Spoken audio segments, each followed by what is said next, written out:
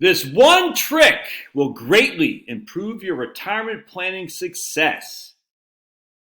Shh, don't tell anybody else. I'm going to share you this one trick. All right, you ready? So we're going to dive into right capital here. And I got me. I'm just single Josh, all right? And we're going to say I'm sure you want to talk about it. So we're going to say I got $1 million and I am 65 years old. All right, we're gonna have a life expectancy of 30 years. All right, so we're gonna assume that I live until I am 95. So I'm 65 years old today. I got $1 million, and I'm gonna take 4% a year adjusted for inflation until I hit 75, and then I'm gonna drop by 10%, and then I'll go. So let me show you what I'm talking about. So we're gonna do. I'm taking 40,000 a year. All right, adjusted for inflation. And then I hit 75 in 10 years, and then it's going to drop 10%. And then it's going to go up another with inflation right there when I'm 85, and it's going to drop another 10% again. Yeah, that's the reality of the world as we speak here, too. Just ask your parents, man. Ask your parents. Say, hey, folks, did you guys spend more money as you aged, or as you got into your 70s and 80s, did you spend less? Just ask them. And the only time they'll say they spent more is if they went into a long-term care facility, which some of you will. Some of you will. I do not deny that there won't be anyone in a long-term care facility. Some of you will. That's just a fact. But also the fact is the vast majority of people who do are women. What happens? Husbands die off. Women gets in a long-term care facility. They sell their house. It's just that simple. So anyway, so most of us, the vast majority of people, their spending is going to go up initially, and then it's going to drop. Actually, what really happens, their spending drops on a regular basis. But I don't show that. I show it. Spending goes up originally with inflation each and every year. You hit 75, it drops by 10%.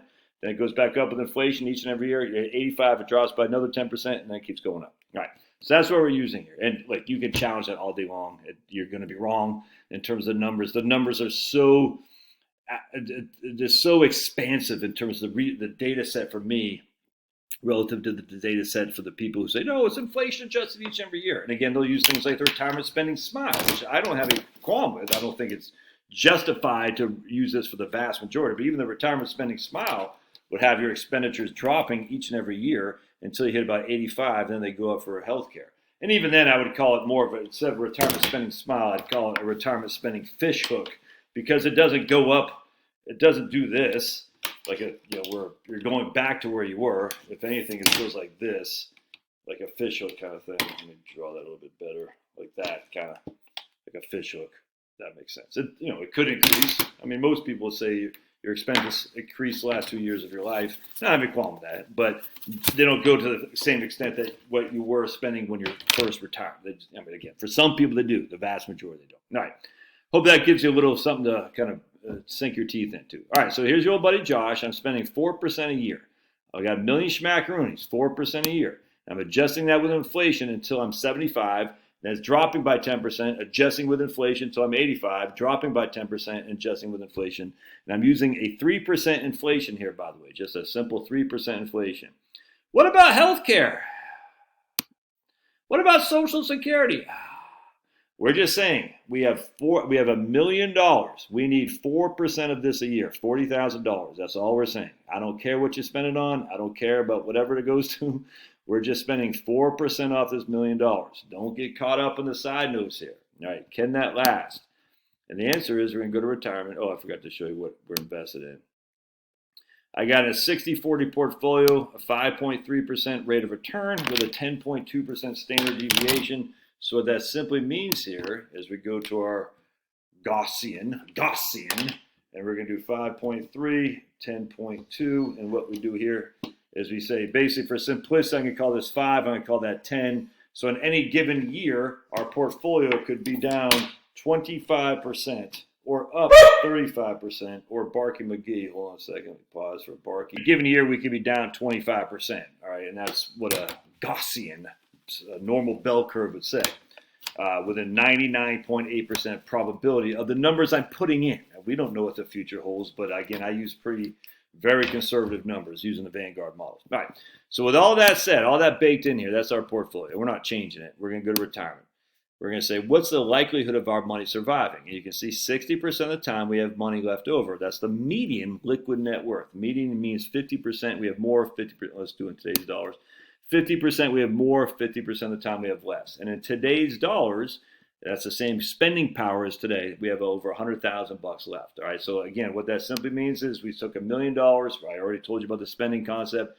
By the time we die at 95, 60% of the time we had money left. And of that, 50% of the time of the money we had left was over $100,000. All right. We can show you by a visualization here. You can see right here. There's the median. The median is 106. All right. This is again, that means 50% of the time we had more, 50% of the time we have less. 40% of the time we had no money, 60% of the time we had some money. All right, that's just what that means. What this means right here. 60% of the time we had money left over at our death. All right, so what's the simple trick? Well, let's go over here real quick. I want to show you guys something here. Life expectancy for a 65-year-old man in 2021 is 17 years. 17 years. Now, I've done other videos on this in terms of you're black, if you're white, whatever, it's Asian, whatnot.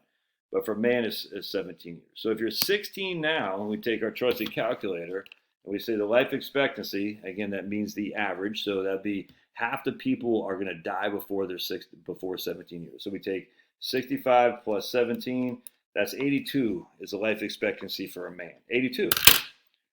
What are we using here again?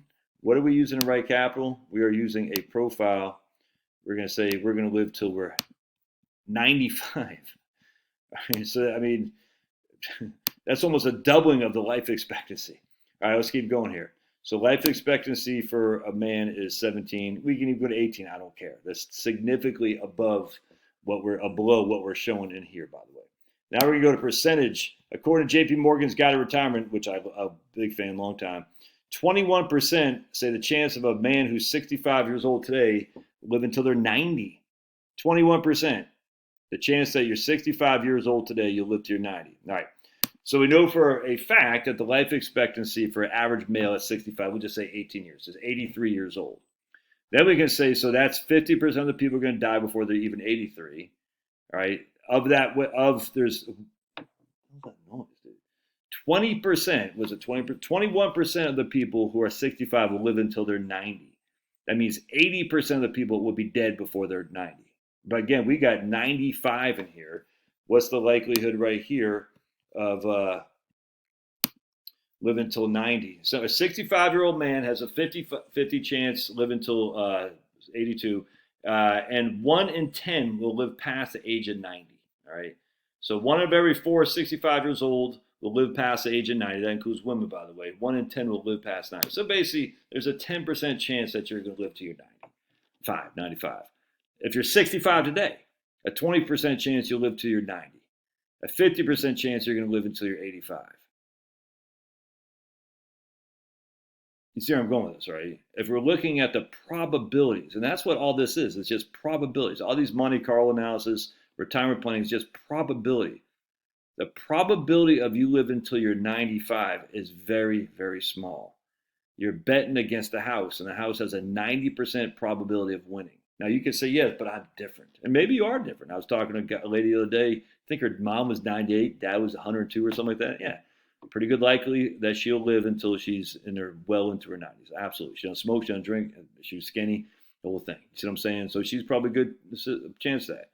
Talk to many other people. Now, you could attribute this, and I think rightly so. Well, people are smoking and stuff. My dad, he died at 70. Man, he was born in 47. He died in 2023. So whatever that is, 76 years old or something like that. Now, he smoked, but I don't think smoking is what got him. Mine is 1947. Yeah, 76 years old. I don't think smoking is what got him.